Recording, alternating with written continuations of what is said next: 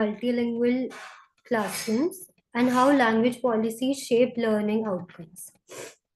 To shed a little light on this topic, we all know that India is a diverse country, and a major aspect of that diversity is language. And I do not have to, emphasize the importance of language because it is the first thing a child learns at home and even in school. So it matters deeply. Language is not just a medium of education, it actually influences a student's learning and even his or her confidence in a classroom. And since in many classrooms across India, students come from different linguistic backgrounds.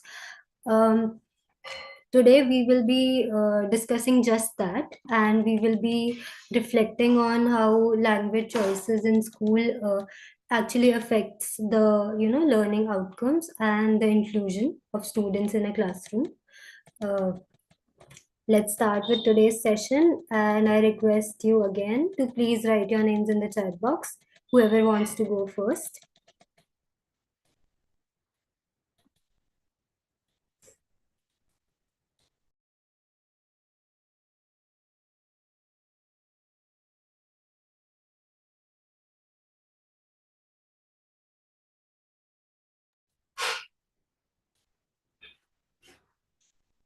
All right, so now I would invite our first speaker, Nilesh. Please go ahead. Right, thank you, Bhavya. Thank you for the introduction. So as you have implied that language is something that a student or children learn at the very first stage in their development in from their school, from their home, and then moving on to school, and that language becomes the main intimate thing where the students is actually able to learn and understand things. So implementing the local language into the education background is something that has been enacted in the NAP 2020 by the government. One of the major focus has been to incorporate the local languages because India is home to almost plus 1300 plus languages, and that actually implies such a diverse and such a vast country that India is. So having one language and one language policy across all of India does not make sense. And when it comes to education, because every students need some extra additional or some different approach to education, and that's where the education and that's where the language comes in as a medium of that education to understand things. So NEP 2020 have been trying to implement those multilingual policies to implement the language in foundational levels and primary levels as well. One of the major, I think, uh, problem is with the execution itself. Um, there are not a lot of teachers that are maybe fluent in local languages, maybe studying teaching there, but might not be familiar with the local languages. In metropolitan cities where the students are in such vast and different communities, deciding on one local language is something that will not be possible, and it does not make any sense. And other than that, there's this dominance of English that has been very much prevalent in the independent India. So, I mean, the intent of the policy still remains very good because language is something that has been, I would say, been neglected in the education sector, because English and Hindi has been something that was very dominant. English specifically in South, in North, all other different regions of India where there are tribal languages. There are languages which we don't even know about. As I said, 1300 plus languages. So English has been something that becomes a mediator across all of India, but then English is not our first languages, not our mother tongue. And so incorporating just English in education system did not make any sense. Whereas for particularly when students are young, when the language is not English, the first method of their for them is understanding in their local language. So incorporating and understanding subjects, understanding all of theoretical whatever in their local languages will very much help them. And so execution remains a problem in that. And I think the government is trying a lot of steps into that. we have three language policy right now where school can choose among Hindi, English, and local languages. But then, as I said, there are a few problems that arises because of this also. But overall, I think it will be pretty well uh, moving on in the future. So, Thank you for that perspective, Nilesh. And it is very interesting that you mentioned NEP 2020 because it sees multilingual classrooms as an asset and not as a problem. And you have also mentioned that the problem lies in the execution, where the policy and practice when they diverge because policies are in place, but they are only in place in paper. The execution is where the problem lies, and maybe we will discuss further and explore more of it with our upcoming speakers. With that, thank you, and I will now invite our next speaker. That is Nishtha. Nishtha, you have the stage now. Yeah. Hello, everyone. So I'll be continuing where Nilesh left. He mentioned about Bhavya also mentioned about the diverse language that we have, which increases the need for multilingual classrooms in order to increase the understanding level among students. So, as recognized by the Constitution, there are 22 recognized language, but still, the even the multilingual. I found that even the multilingual schools that are present, they have Hindi and English only as the language basis, but there are other 20 languages there. Many students are not able to understand either English or Hindi as well. So I feel that is one lacking where Indian schools are having a problem. And the language, which language is a basis of where language forms a basis for individual to understand and grasp the concept. If a concept is told or if I am made to study a concept in a particular language that I have been speaking from since my childhood, then I'll be able to better grasp the concept. So there is a need to increase multilingual classrooms in that sense. Plus, also, if I'm able to understand the concept, I will be able to better participate in the classroom, and this will make the classroom environment more inclusive. Then also that if I know, for example, I know Odia better, but I am taught in school in English, then my main focus will be in order to decode the language rather than understanding the concept. So this is why I feel that multilingual classrooms are needed in India. And as Nilesh also mentioned that there is after NEP 2020, there was much attention given to multilingual classrooms. But it majorly focuses on the foundational level multilingual classrooms. Uh, I feel that if you make a child study in a regional language in initial years and then change the language in the later courses of his or her life, then it becomes difficult for the person even more to grasp the thing. So even if I take my individual example, in our courses there is a provision that you can give the exams in Hindi, but the classrooms are mostly taken in English. Or even if they are taken in bilingual languages, there are no readings specifically mentioned for Hindi medium students or any other regional language students. So I feel that there is a need to design the courses in a better way. There is a need to also provide a good set of readings for Hindi medium or other regional languages students. I feel this will make the inclusion more meaningful, which is talked about in NEP 2020. So yeah, this is my take on the topic. Thank you, Nishtha. Uh, Thank you for your insights. And as you mentioned, and Nilesh also mentioned earlier, that there are not only the languages which are officially recognized in our country. There are not only those, but so many regional languages also, and bolis that are spoken in different parts of India. So it becomes difficult. Teachers are also sometimes not from that state or that areas, so they're transferred from somewhere else, so they are also not able to speak that language. And in that matter, the language policies lacks a little bit. And also, you mentioned that we need to change the design of our courses and curriculum, which is a very good point, because as we move forward to our colleges, there are, especially in the fields of medicine and engineering field, where a lot of studies are not translated to Hindi. They are only available in English languages. So even if we uh,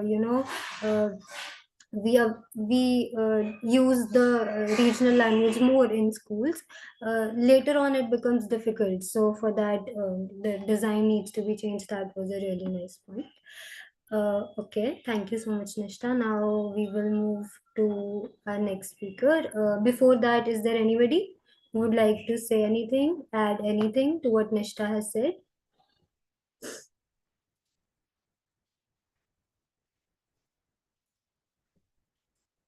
All right, since there's nobody, I just want to point out once more that since you all have attended so many policy months already, I should not have to repeat it every time for you to switch on your cameras. So please, it will be really good if you can switch on your cameras. I've already, explained a lot of times that it shows respect to our fellow speakers, that we are here to listen to what they're saying. So I really hope that you all will switch on your cameras now. Moving on to our next speaker, I would like to invite Vani.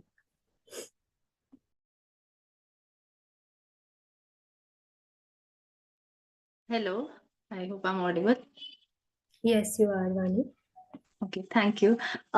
So yeah, as both of you have mentioned some really smart and great points that are something that we have to ponder about, because as we all understand that in India, when we talk about multilingual classroom, it's quite a daunting task. It's not something that's easy.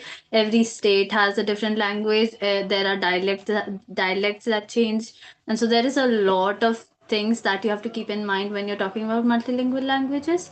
But as we now have understood that NEP 2020, it is clearly mentioned that till grade 5 you are supposed to teach these children in mother tongue. But again, the thing is that with NEP, the policies, it always comes around to the one point, which is policies are great, but how do you make them work? That the making work aspect is always missing, and it feels like we are just shooting into the dark. It's never something that has a proper, it's never a set of steps that are going to make sure. And we do miss out the fact that how are we deciding which language are we teaching? Because as you mentioned, in urban cities, like for example in Delhi, which is a melting pot of a lot of people and cultures, how do you come to decide that which language are we teaching? Because I have heard this multiple times that Hindi is something that is preferably taught, but then again, that's not the home language for a lot of us. For me, Hindi was not my home language, and since I was then, the home language aspect is missing, so I'm out of my home language. And then you go to school, and then you are forced to learn English.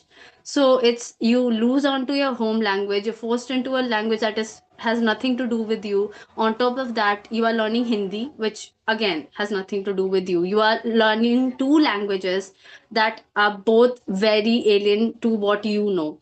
And so if we, and while we have a lot of research and different surveys and policies that do highlight that when a child is taught the language that they are familiar with, it does help with their cognitive abilities. They understand more, they grasp more, and because they are understanding things, they are getting confident and they are able to participate, which helps a lot.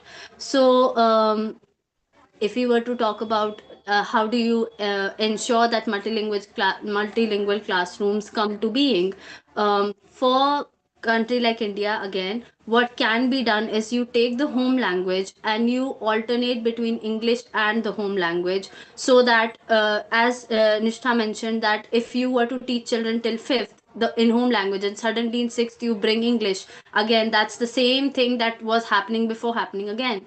So what can be done is you make them familiar with both the languages, so that by the time they are 10 years old and they are pushed into English completely, it doesn't feel like something that they have no head or tail about.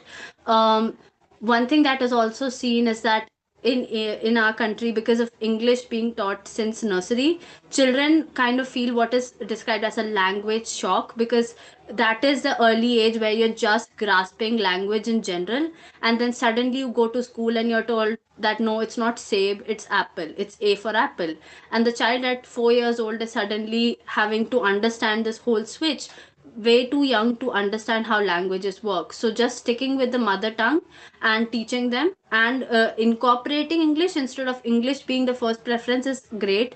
With when it comes to teachers, we can also ensure that we are taking teachers who are aware of the language, at least local, I think. And apart from urban, which is Maharashtra, or sorry, Mumbai, Delhi and Hyderabad, which is the melting pot, I think most of the states you can pinpoint one language that mostly would be the mother tongue. And so just in those states, at least ensuring that this is the language, this is the first language we're teaching, and English is combination would be good.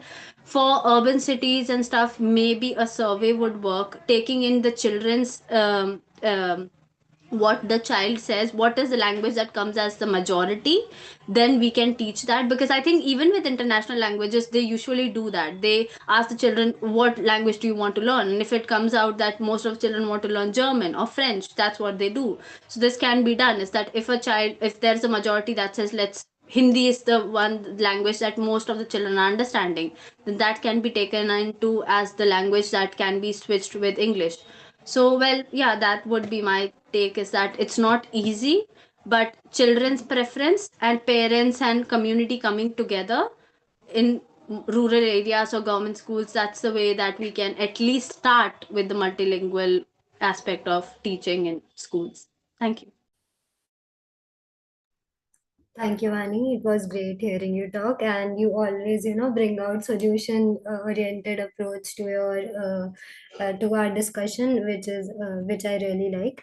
And you mentioned so many important points, and I completely agree with you. And to add to what you said, that in urban areas, for example, Maharashtra, the mother tongue can be incorporated with English. And I think that even in the areas where mother tongue is not just one, and there are multiple regional languages prevalent, we can have language experts of those regional languages, so that they are able to help students who are not speaking that mother tongue. And a little set of extra hands can always help them if the teacher is not speaking that regional language. So I was just building on to your point there. So thank you again, Vani. Is there anybody who would like to add anything, or say any another perspective from Vani?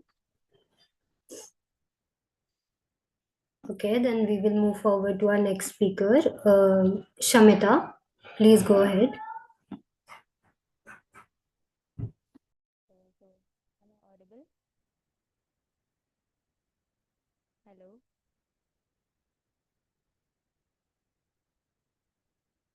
Yeah. Am I audible? You are. Can you speak a little louder? Yeah. What about now?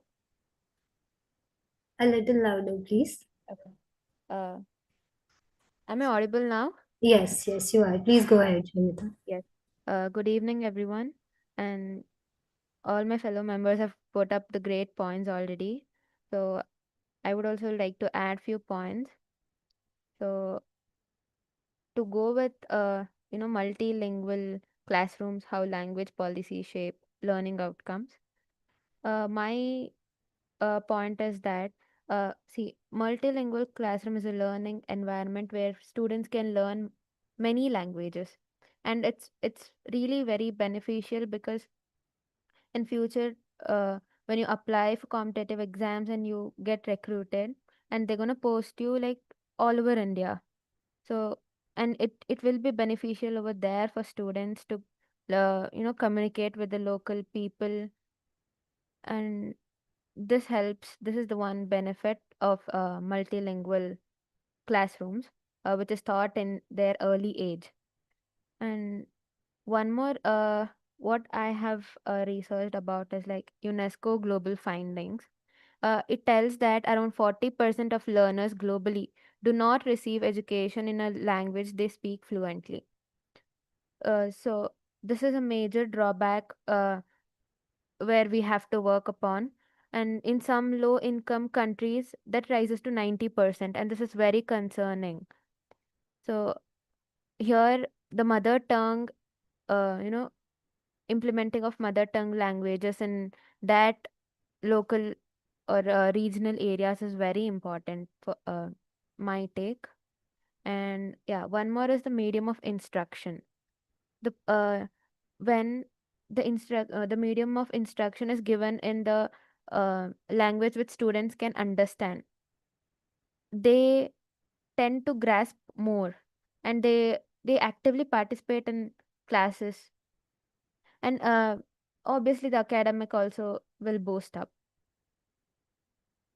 And even as Nilesh mentioned, it's NEP 2020.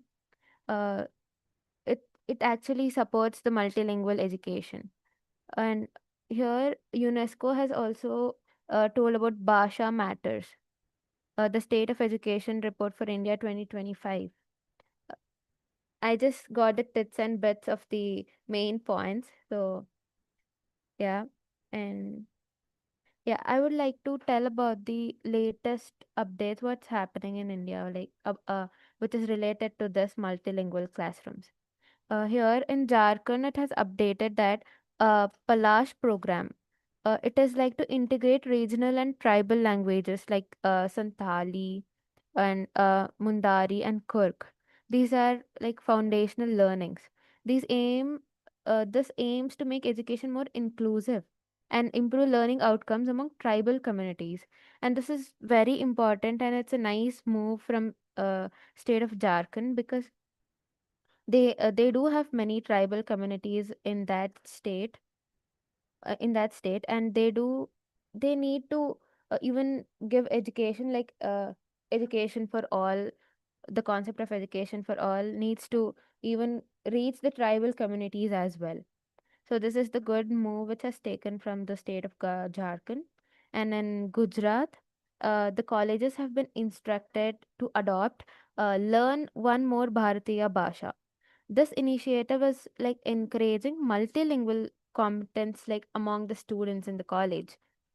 And one more, yeah, the CBSE, Central Board of Secondary Education, has emphasized using home and regional language as the medium of instructions in the foundational years of the students. That is like till the grade 5, as Vani mentioned.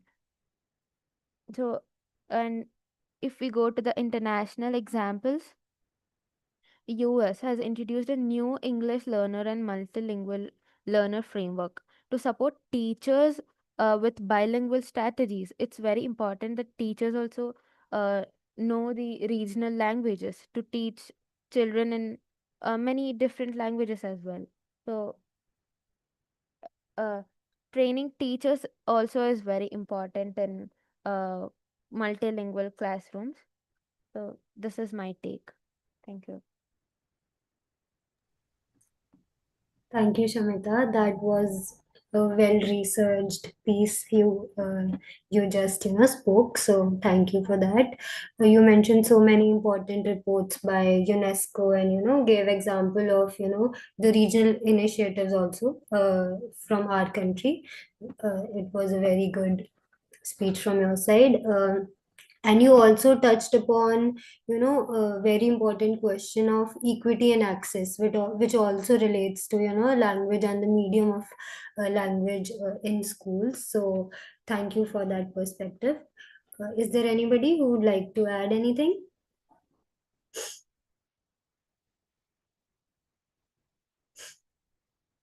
All right, let's move on to our next speaker. Uh, Now I would like to invite Shreya.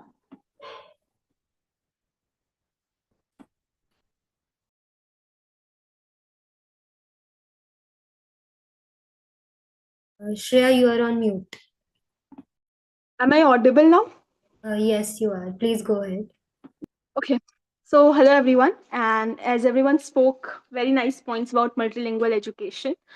So, language is something, and especially in India, which is a symbol of cultural diversity, which is a symbol of diversification, language, heritage, and that is why it is preserved and it's important. So, when we talk about multilingual education in classrooms, we are actually talking about preparing youth from an early age, like exposing them to different languages so that they understand their culture, they understand the cultures that they have not been exposed, that they have not been traveled to places. And for that, we require proper policies. With age, we have shown that already Ministry of Education in 2013 has launched a program that was for protection and preservation of endangered languages. So they basically focused on providing access to languages to people which were spoken less than by 10,000 people. However, that scheme was not successful. So when we talk about implementation, the problem there lies in execution at grassroots levels. The language is very important because whenever I go for applying for a job or anyone else does, in most of the things we see that English and Hindi is a compulsory language. The a person must know how to write Hindi and English. Why that? Why not other languages? And we only see the importance given to languages like Telugu and Odia only in regional job, like when there is a translation job. So people actually don't understand the importance of learning languages. So for that, we need policies at grassroots levels, so that from early exposure, so we need multilingual language exposure, early exposure to children, which makes them understand that knowing language is will not just benefit them for providing jobs, but will also benefit them by knowing different people, by knowing different culture, by understanding how things work, how we pronounce things, how it is different from the language we speak. And that's very important. If we start training children with languages, ultimately the demand for such languages it will increase. If in our country more than 10, 20, 30,000 people know Odia, definitely Odia will be on demand. But just because people are only aware of Hindi and English, and Hindi and English has been made so so much like super superior, so languages which are more superior than other languages, they have this superiority complex. Every parents want their child to learn English, to speak in English from very early age, but they don't want their children to learn their languages. And for that, I want to mention a point which no one mentioned. We are forgetting about tribal languages. Yes, we have 22 scheduled languages, plus we have different tribal languages. So there was recently this app that was launched by the government in 2025, that was Adivani app, which will actually train people in learning the tribal languages. We have tribal population in Chhattisgarh and different people, and we don't give importance to even this tribal language. We don't even understand that there are also some sections of people, and almost many sections of people, as our president even is Draupadi Murmu, who is even a tribal and representing a tribal community. So this importance should be given to tribal languages also. People who are coming from such section of society should also be trained. And for what that policies we can do, we are living in a generation where AI and we are becoming digitally and technologically advanced. We can have digital archives. We can have different multilingual portals, like we have Swayam portal, where we have 500 crore users always accessing multilingual education. But we need more such awareness in people. We have need to have different portals for different sections of people. For students, where they can have text to text translation, text to speech translation, where they have pictures, digital archives, where they can learn about different people, and which should be made mandatory for exams, so that they understand, okay, this is also important. Just like we want to score in physics, maths, we also have to score in this translation and multilingual subjects, so that it gives a boost to them, so that they are aware of that. We can have different practical sessions to them, and for that we also need some programs for teachers. So we need sensitization and teacher training programs, so that they understand the importance of multilingual learning, and they can provide the children the information about that multilingual learning, whatever language they want to learn. Also, resource allocation is a major problem that we see at grassroots levels, and why other schemes have not been successfully implemented. So for that, we can have proper resource distribution. We can provide some fixed amount to different schools for different training programs for teachers. We can have collaboration with the resource learning centers and with different languages. Like there are different centers which provide translation and French and Spanish. So we can have collaborations with them. We can have exams held for them, and students who actually are doing good in the subjects could have a hands-on experience in different uh, rooms which are made for that. Suppose our children is interested in Spain, he's doing good in that, so he can placed in an environment like that, so he understands that yes, working opportunities are there, and we can have these type of models, AI models, interactive learning models, language processing models which are made in schools. And for that, proper funding by the government, by the ministries is needed, and proper collaboration is needed. So that is all that I had to say. And yes, language is something which needs to be done in a proper way, needs to be communicated in a proper way, because it acts as a medium of communication. And education, as we say, is something that offers communication. So if a person is able to communicate in different language, and if he understands how the feelings of different languages, he'll be able to actually promote the country and promote and understand his or her main section of society. It's not important to know English, it's important to know the language from where you come, so that you understand what your people go through. And that is when you can make policies for them, we can when you can represent your section of society. So that is all. Thank you. Thank you, Shreya. That was a very, unique and different perspective on this topic. As you mentioned, that most of us are only, our schools teachers, our parents are only focused on English as our second language, because it helps us in acquiring jobs later, even if we want to move out of our country or even in our own country. English is a major factor, which employers actually want in a job seeker. So and you said that if Odia becomes a language which is taught to students, then demand for it would also increase, because many people would be speaking that language, and so that in job market also the demand would increase. So that becomes a cycle. For that, steps are required in school itself. So that was a unique take. Thanks for that. And also you talked about, you steered our conversation towards, importance of tribal language. Also you started your piece with preservation of language, and then you included the tribal language, which also there's a need for that to be preserved. So I really liked your speech. Is there anybody else who would like to say anything? Okay, and guys, again, I'm saying this again, please switch on your cameras, because if you can switch it on when you are speaking, you can switch it on when others are speaking as well. So I really request all of you who have already spoken, Vani, Nilesh, Shamita, Nishtha, please switch on your cameras. Let's show some appreciation and respect for our fellow speakers by doing that. Moving on to our next speaker, Drupad, please go ahead.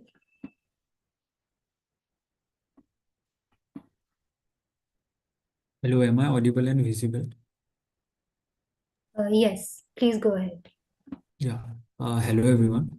So, regarding this topic of language, initially, I would like to quote with the fact that knowing multiple language actually helps in improving our cognition. Several studies shows that, because we try to switch between language and it's obviously better for the brain somehow. But okay, coming back to the main topic, I would like to start with an anecdote. I had a very dear friend in school. He was from a different school and I was from a different school, and he did his schooling in his regional language, and he was extremely sharp. He was we used to be quiz mates whenever I used to go to a quiz, and he used to come with me, and he was very sharp. He was the top of the class, and eventually in college we went to the same college, and our our pedagogy was mostly in English based. And suddenly what happened is that the guy who was at the top of the class, he felt everything being disconnected. Suddenly, the words he was learning, it did not make sense to him. He used to, Google it. He used to open the dictionary, because a lot of words that I felt, because I read in a English school, luckily, a lot of words that I felt were common for me, for him, it was completely new. And suddenly he felt all disconnected. And does it mean that the guy is not sharp now? Does it mean that he does not read now? He is very smart as well, but suddenly things does not make sense to him. So from this anecdote, something we can realize is that although regional language and language of the state or your mother tongue, that is necessary, but at the same time, language that can be understood by everyone, that needs to be learned, and that optimal balance is very essential. uh, Speaking of which, I think we all know that we have a three language policy, knowing your mother tongue and knowing another state language or the national language, Hindi or whatever your state language is in, and finally English. And knowing the optimal balance is, of course, essential. But something we see now is that our regional language or our mother tongue is uh, deeply, covertly going unnoticed. I mean, we know a lot about these languages are getting global recognition, are being conserved by government. For example, a lot of language, my language is going in the classical language section of India. But at the same time, there are only very handful number of people that can fluently speak the language or fluently write. And I'm ashamed to say this. I am not very I cannot very well write in my language, but I'm of course trying to get better. But there are a lot of people around me like that. And what I try to portray is that although this language has the recognition, the language is being preserved by government, but at the same time, if the language loses the people who speak, right? If the language loses the speakers, I think the language and the culture associated with language, they will vanish. Like, for example, in my culture, one thing that is associated is a ritual or a festival with uh, getting rid of mosquito. I know it for a lot of people it may made no sense, but it's actually a song. It's a tradition that is done in Assamese, and people come to home. They put out fire, they put on incense stick, and they would sing this song, they would do this ceremony, and they would make people aware of how to get rid of mosquitoes, how to not put water in I mean discard water all the unnecessary place, and how to get rid of malaria and those things. So this nuance of my language would not be able to be captured by English or maybe another language. So what I'm trying to say is this mother tongue and the national language, those things are the optimal balance is very essential. Uh, Now coming to the next point, uh, something that the government has been trying to do, and several governments, not this particular one, the national language is being trying to impose to a lot of these places. And a issue that the students may face is that now, since we know the importance of the regional language, I mean the mother tongue language, the Hindi or the national language, or a foreign language that is English. So the optimal balance is necessary, but the students will face a lot of stress in his mind. Like, will he get fluent in his regional language? Will he get fluent in mother tongue or English? So that optimal balance is very necessary. And regarding that, one solution I have is that, like a few of my fellow speaker said before, we can do is alternate classes of those language. Basically, 1 day or 2 day we do classes in English, and rest few days we do in some regional language. And this will ensure that students get grasp of all those necessary language. And moreover, something we can do is we can do language week. For example, my language, we can uh, do one entire week on that particular language every month. If we can do that, we write essays on that language, we speak with our friends on that language. So that's something we can do. And especially even I'm glad my language has a lot of speakers, but there are several indigenous or tribal languages that have very minimal number of speakers. And for those people, it's very essential to take these measures, because if the number of speakers uh, diminish, it's going to cause a lot of trouble to their culture as well. So that's something I had to say, and thank you for listening. Thank you, Drupad.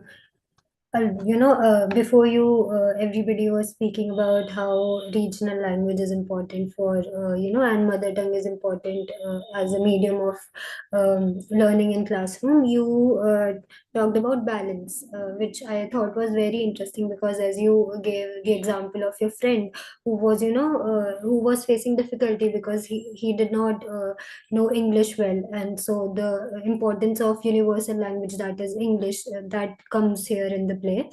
And it also tells us why the three language policy is there.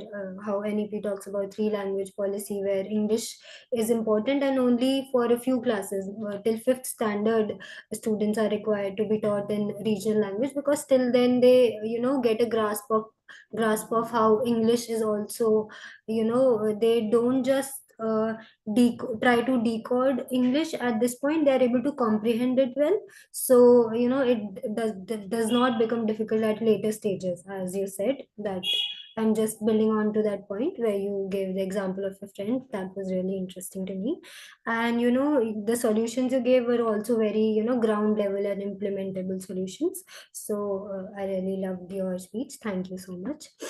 Is Yeah, there moreover, if I can add, I think we can also do is keep the mother tongue or the regional language throughout all our education levels. For example, if you are studying in Assam, you will have to study one paper of the regional language even in your, college level, or even plus one, plus two, because we often see it's limited to class 8 or sometimes class 10.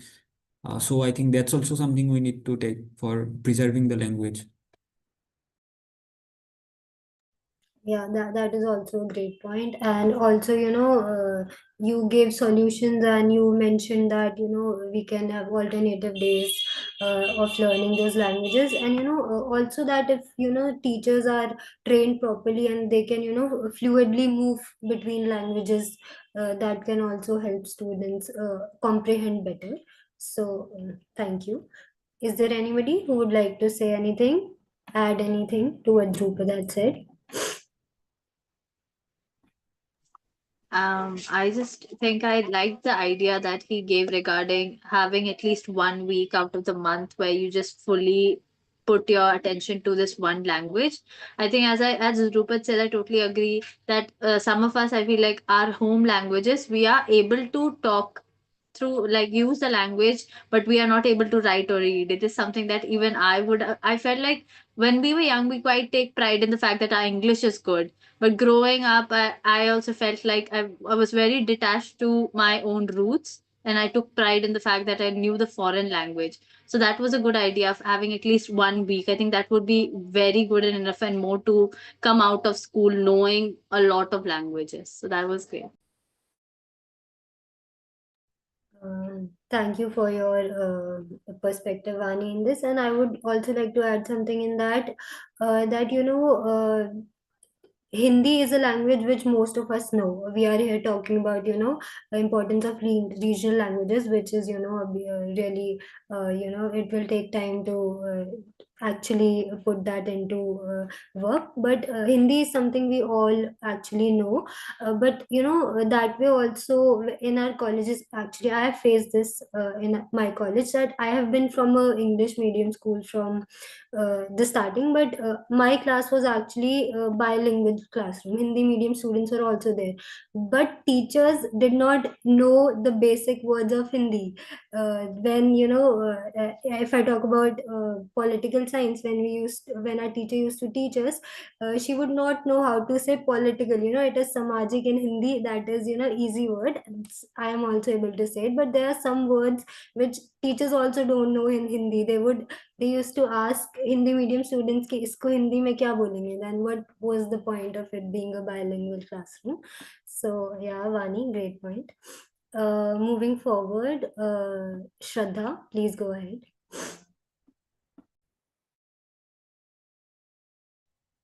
Good evening, everyone. Am I audible? Yes, please go ahead. Okay. So I would like to start that uh, India is a country with so many languages. We are a linguistic diversified country. Therefore, multilingual classrooms, becomes the need of the hour because of globalization, migration, and the need to understand concepts better. The studies shows that uh, when people communicate in various languages, it improves their cognitive ability, their communication skills, and they're able to express themselves freely. And it also adds to their resume. Like whenever we apply for jobs, especially the government jobs, the state government jobs, there is a strict criteria. For example, if you're applying for a job in the state of Gujarat, they will ask Gujarati language to be mandatory. And so goes for the states of South Indian states or other states where the language comes into play. Uh, in the past, when I was preparing for government exams, somehow this is a very funny incident. People never used to opt for states like Chennai or Gujarat because the language wasn't known to them. Therefore, we all used to fill up forms for UP, Chhattisgarh because Hindi and English being the norm there. And when the results used to come out, I shouldn't be saying this, but Chennai and Gujarat, they usually have very low scores in government exams, like 50 or 60 is their passing criteria, which is not in the case of other states. For example, in UP or in Delhi, the competition is huge. It's 80, 85. But just because of the language, people did not opt for those states and used to go for states where English and Hindi is the norm. So I think this becomes very important in the society that we live in. If I remember correctly, Odisha and Assam have already implemented multilingual classrooms in their states, which is more about tribal languages and the local languages that they speak. Um, for example, even in South Indian languages, there's so many languages that we even don't know. Tamil, Telugu is okay, but there is Konkan, there is Malayalam, there is Kannada, and the dialects of it also differs. For example, how we speak Hindi and how Hindi is spoken by somebody from Haryana or from Punjab differs. So that is one thing. And the thing is that how can we do this? Multilingual is definitely important, and NEP has come with the three model solution where the mother tongue should be from 1 to 5, then after that English and Hindi. I think the first and the most important thing that should be done is, as everyone suggested, that 1 week for the multilingual classrooms or something. I think is something is about textbooks. If the textbook has their mother tongue translation, English and Hindi. For example, one chapter, which is a very basic chapter, is in the English, the second chapter is in the multilingual dialect, which ensures equity.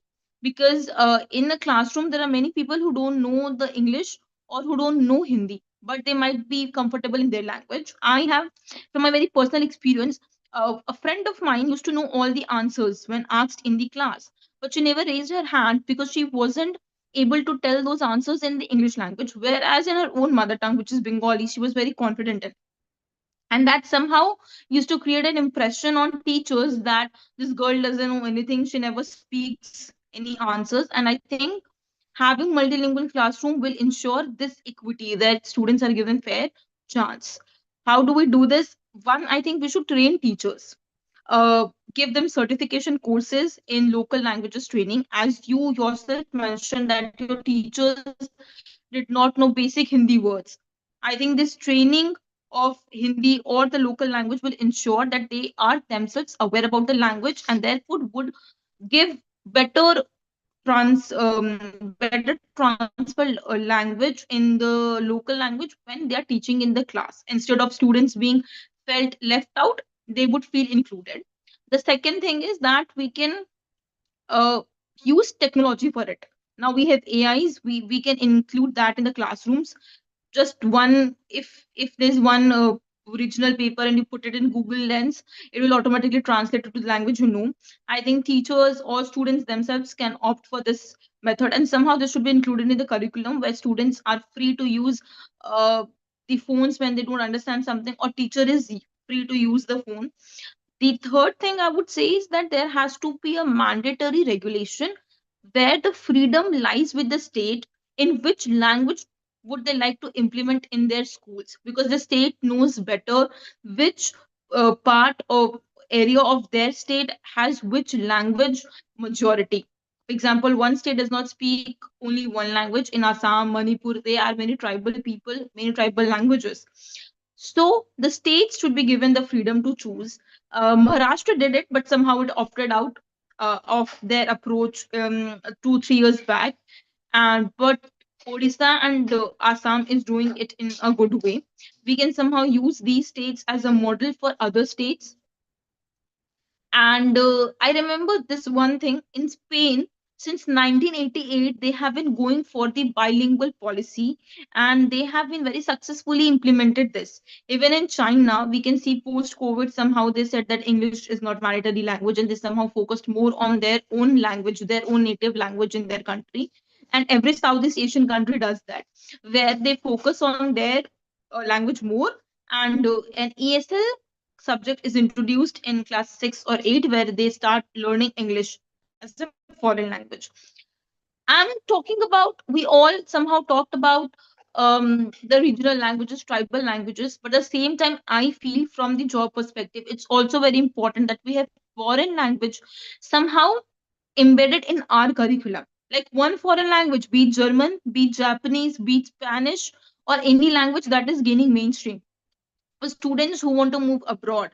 Somehow, when we move abroad, we will be able to have at least 4 to 5 languages in our resume, which is a boost, because if you go, for example, I wanted to learn French. I did not have French in my school. Um, Other schools now, when I see the option that how can I learn French, it will cost me around 2 to 3 lakhs if I'm doing it from Alliance. But had it been in my school curriculum or in my college curriculum, at least that cost, I would not have to bear that cost, and it wouldn't have looked as an additional expense to me, and I would have known the language.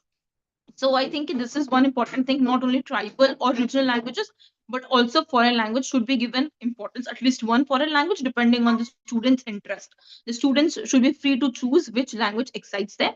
It's their tribal language, it's their foreign language, because we know what is good for us, what is good for our career. Whether we want, I'm not saying that we should learn, knowing Hindi, knowing English is okay, but somehow knowing other languages is also important, seeing the current market. So that's it for my speech. Thank you, Shraddha. That was really good, and it was really different. It was a different perspective from a lot of other speakers.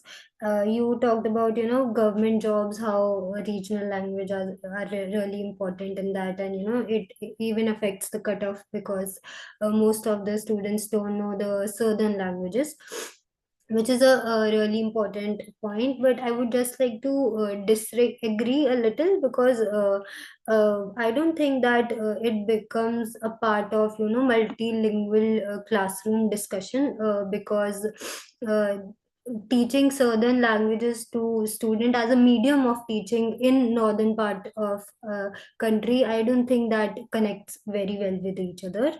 And also, if a language is introduced after, as you said, that English can be introduced after they have completed some of the classes, that becomes difficult to learn after that. As you also mentioned China example, that they only teach Chinese and Mandarin for the first few years of a student's life, and then they introduce English. I think it becomes difficult to learn a language if it is not embedded in the curriculum itself. For example, we all learned English because English was a part of our curriculum from the starting years of our life. But learning a language now, or even after you have after fifth or sixth grade, differently, not part of your curriculum, that becomes difficult in a way. So, but I really agree with so many point of yours. So that was really good. Thank you, Shraddha. Is there anybody else who would like to say anything? I think it was a very well articulated speech. She, we, I mean, me, I focused mainly on the primary, the foundational level education, and she approached it at the other end, at the college level, maybe. So something she mentioned that we should be able to learn more than one languages and as many languages as we can, if it's included in the curriculum. One major problem I think would be.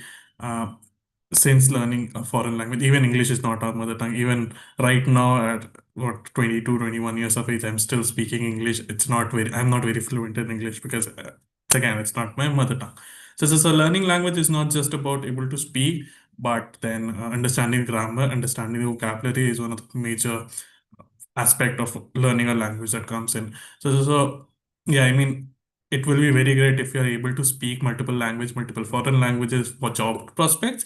But I think for this meeting, we were mainly focusing on multilingual at an educational level because at a young age, students are not able to understand a foreign language that they are taught in. So incorporating their own local languages while educating them would be better. So yeah, I do agree with her point, but then it does not, it might not align with what our you know is the Thank you, Nilesh. You actually expanded on what I was trying to say earlier, that they were really, really great points. And, language, introducing multiple languages actually is good for our cognitive abilities at a school level. So I really agree with Shraddha, but I was really trying to say this only, that for our topic today and what we are trying to reflect on, you just, stirred a little bit away from that. But overall, it was a great speech, and you gave evidence-based solutions also. So thank you for that, Shraddha. Is there anybody else who would like to say anything?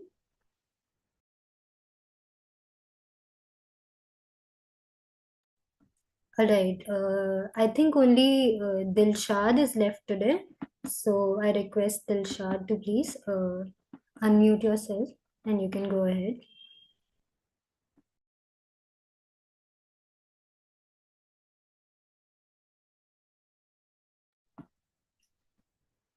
Dilshad, are you there?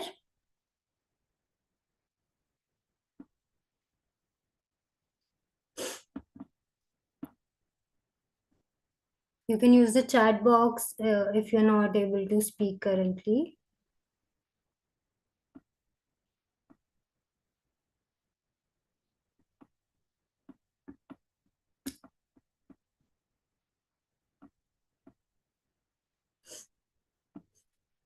Okay, since we are not able to reach Dilshad, I guess this is the end of today's policy, Manthan. Is there anybody who would like to say anything? How was today's policy, Manthan? What did you learn? Anything?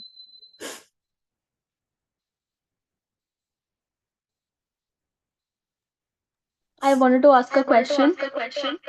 Sure. Will it like this is our last policy Manthan, or we will have I for don't this think last? this is your last one, but we will inform you. But I really don't think that this would be the last. There would be, I think, one, maybe two more policy months.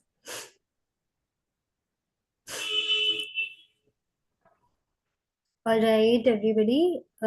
Thank you for joining today's session, and I really love today's discussion. Even though there are less participants, but you all were really, very keen and very interested, and even educated me on a lot of new perspective. So thank you for joining, and have a good night. Thank you, guys. Thank you. thank you. Thank Thank you. you. Thank you.